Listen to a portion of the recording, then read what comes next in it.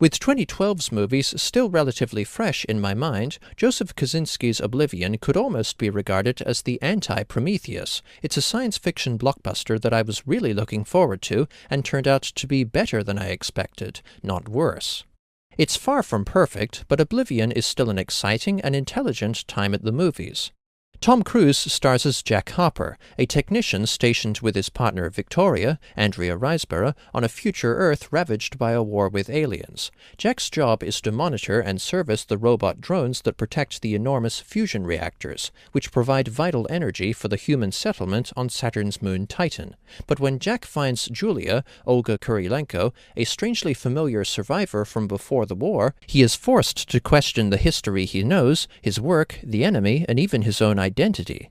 Oblivion has enthralling action and breathtaking cinematography, but these qualities are elevated further by a compelling, emotionally resonant plot and strong performances.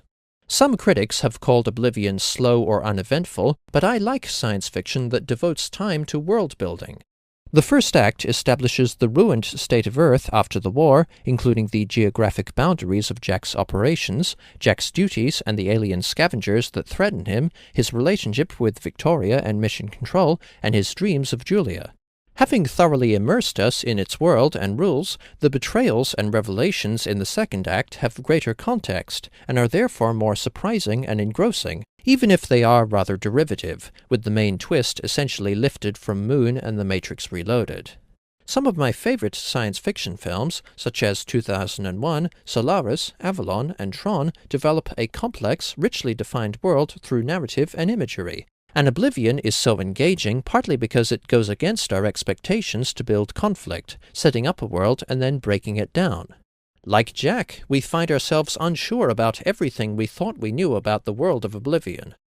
By comparison, the characters are not very complex or developed, but they still generate some touching human drama.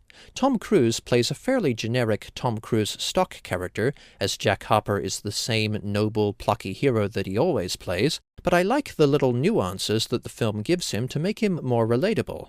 Jack has an eager reverence for Earth's history, the Super Bowl in particular, and during his breaks, Jack hangs out at a secluded cabin in a forest oasis where he collects books, records, and other relics from the pre-war past.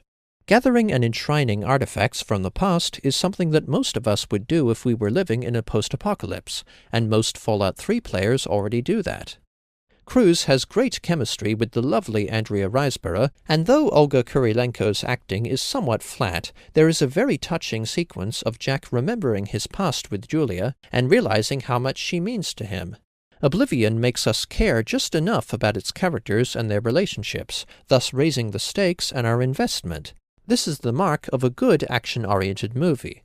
Sadly, Morgan Freeman as Resistance leader Malcolm Beach was underutilized, and the pacing does drag toward the middle, but the cool, action-packed finale offers further intriguing insight into Jack's past and presents a rousing culmination of the film's themes of sacrifice, devotion, and defying a system of control for the freedom of humanity.